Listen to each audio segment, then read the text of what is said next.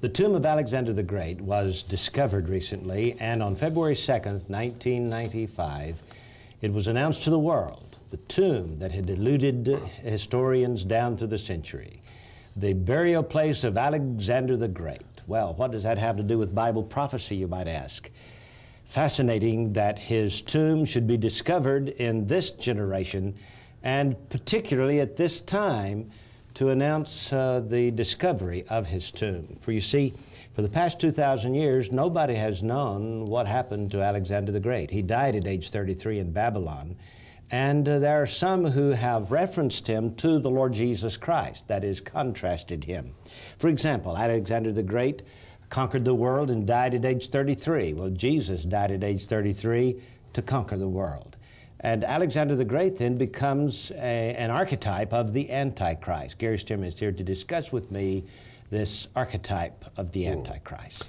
And there's much to say about Alexander the Great. It was a Greek archaeological expedition, J.R., who found the tomb of Alexander in the deserts of western Egypt. There's an oasis, actually, that's been there for millennia, a little oasis called Siwa, and there was a temple there at one time, and apparently a number of tombs. Alexander received an oracle at Siwa, and the oracle there told him that he was divine, and in fact that there's some word to the effect that he was named as Amun himself, or Aman, sometimes called Amon-Ra in Egypt, and all the pharaohs were called Amon-Ra, so this is a title of divinity. Well, naturally Alexander was encouraged, went out and conquered the world, and at the height of his conquests, at some point he requested that he wanted this place to be his burial ground. And this was lost in the mists of time until very recently when his tomb was discovered. Yeah. It's kind of interesting that when he was dying, you see his disease or fever went over a number of weeks until he got progressively worse and worse and worse, and there was nothing they could do. But at one time, he decided that he would go jump in the Euphrates River and disappear, and that way people would think that he had returned to the gods from whence he came. But his wife stopped him, one of his wives, stopped him, and at least according to the historical account, she wouldn't let him commit suicide in that way. And so evidently he asked to be buried at the Oracle of Amun, the Egyptian equivalent of the god Zeus. In fact, history says that he believed himself not to be the son of Philip of Macedon, his father, but rather the son of Amun, the god. And because of that, he has connections, shall we say, with deity, some kind of, not godly deity, but with that host of heaven that fell with Lucifer. I do not know if he was of demon seed, but it is interesting, Gary, that he himself felt that he was a part of the gods. He did indeed. And by the way, the location of his tomb was well known in the days when Rome was great, the first century, because nearby this tomb they have found a tablet inscribed by the Emperor Trajan. Apparently it was a commemorative tablet. The emperor visited this location, so the tomb of Alexander was well known apparently until maybe the last 1,000 years. Also, Ptolemy left a tablet there. That is the brother of one of the 4 generals who took over the rule after Alexander died, who took over the rule of the conquered world.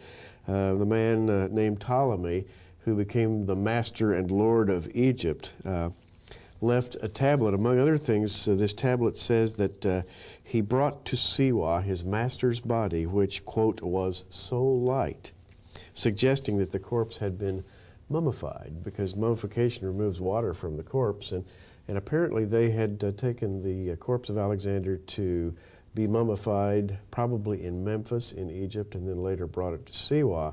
Now the question that nobody has answered yet, and we'll be watching of course, was his body in this tomb? The archaeological team has been digging since 1989, and they've kept it secret all this time.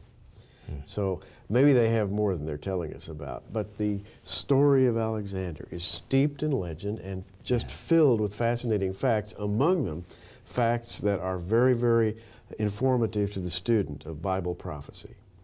The reason why we're convinced that Alexander the Great is an archetype of the Antichrist is because he is the target of Daniel's prophecy from Daniel chapter 8 through Daniel chapter 11. And from this prophecy, Greece is going to figure into the end time and produce the Antichrist. We begin with this Daniel chapter 8 to tell you that Daniel had a vision in the 3rd year of the reign of Belshazzar. And he saw in this vision a ram, which he decided or was told is Darius the Mede, the ruler of the Medo-Persian Empire. And following that, a he-goat would come from across the earth and would destroy the ram. This he-goat was reputed to be Alexander the Great. And it came to pass exactly as is given here. In fact, when Alexander came to Jerusalem and met with the high priest, he actually gave sacrifices to the God of Jerusalem. Yes, he Isn't that did. amazing? And he went on his way without, in fact, Jerusalem, I guess, was the only city that did not fall under the sword of Alexander the Great. And while there, the priesthood brought out the book of Daniel and showed him where he was to overthrow the Medo-Persian Empire. And this encouraged him, of course. Indeed it did. Now, the interesting thing about Alexander is that in some way he actually influenced the powers of heaven. As a matter of fact, J.R., you know, the book of Ephesians tells us that we wrestle not against flesh and blood, but against principalities, against powers, of the rulers of darkness, high places or heavenly places. In other words, the affairs of man on earth are backed up by dark forces, evil, sinister forces headed up by Satan himself. And this prophecy of Daniel, given concerning Alexander's conquests, the generals who took over after him, particularly the general who took over Asia and Syria and Babylon, are shot through with little references to the principalities and the powers. And you know, Alexander's own life reflects this. He apparently felt that he touched heavenly places. And this, of course, is very important for us to understand. The things that politicians do are not just their ideas. Many of them are controlled by forces that they do not understand. It's difficult for us to explain it on a program with only a few moments each week. But Satan is the prince of the power of the air, and the political places of this world are often controlled by what he is able to induce into the minds of politicians. And so it was evidently in the case of Alexander the Great. In verse 8 of Daniel chapter 8, Daniel is told, "Therefore the he-goat waxed very great, and when he was strong, the great horn was broken." That is, Alexander the Great died in Babylon at age 33.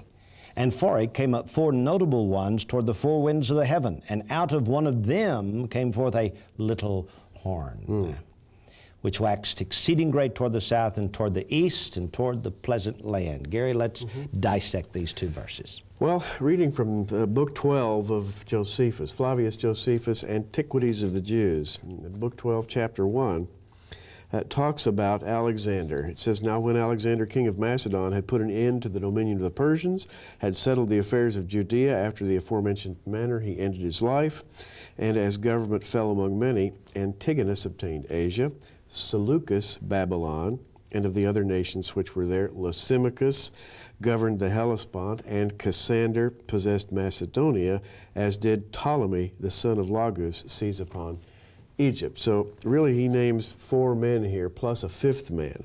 Seleucus, Lysimachus, Cassander, and Ptolemy, plus a man by the name of Antigonus, who obtained Asia. There are 5 names there, but Antigonus quickly dropped out of sight, and his rule was assumed by Seleucus. So we had here 4 generals who took the rule of the ancient world. As the prophecy relates, 4 notable ones came up toward the 4 winds of the heaven, that is, to divide the empire of Alexander the Great. Now, he was described here as a he-goat. and Darius the Mede and the Medo-Persian Empire described as the ram. Once the ram was destroyed and Alexander became the unquestioned leader of the world, he died in Babylon. From Babylon, by the way, he went on as far east as the Ganges River and conquered all of the known world at that time, came back then to Babylon, and as he approached Babylon, he was met by a couple of priests of Marduk, or the Baal worship of the Tower of Babel at Babylon. And the Tower of Babel, of course, had been destroyed, and they were fundraising, trying to raise the money to have it rebuilt. Alexander the Great heard their prediction that if he were to go into Babylon, he would die.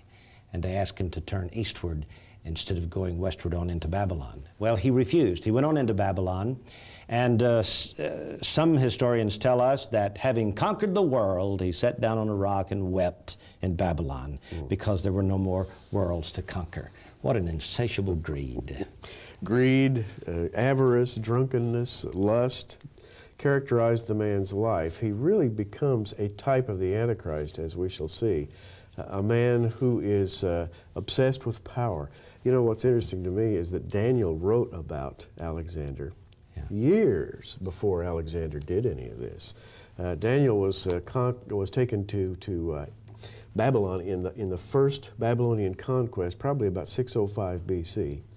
Sometime subsequent to that, he wrote his prophecy, maybe early in the 6th century B.C. And of course, this predates Alexander's conquests by what? About 2.5 centuries.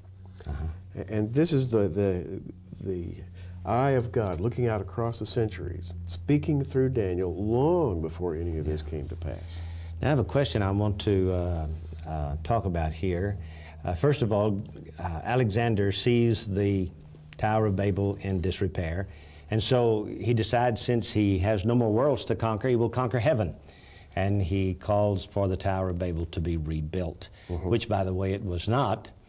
He died before he could rebuild it. I think that has tremendous repercussions in itself. But Daniel, Gary, the important thing I want to discuss here is, how could Daniel see into the future to know what was going on if it is just the mere idea of man?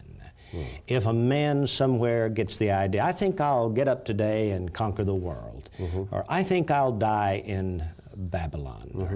Or, if it was just the self-driving motivation of men, they would be so fickle as to, at a whim, change the course of history. But the course of history cannot be changed, and the question is, why?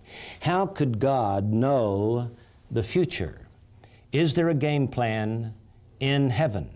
Does God know what the devil is doing? And evidently, that's where it all comes in.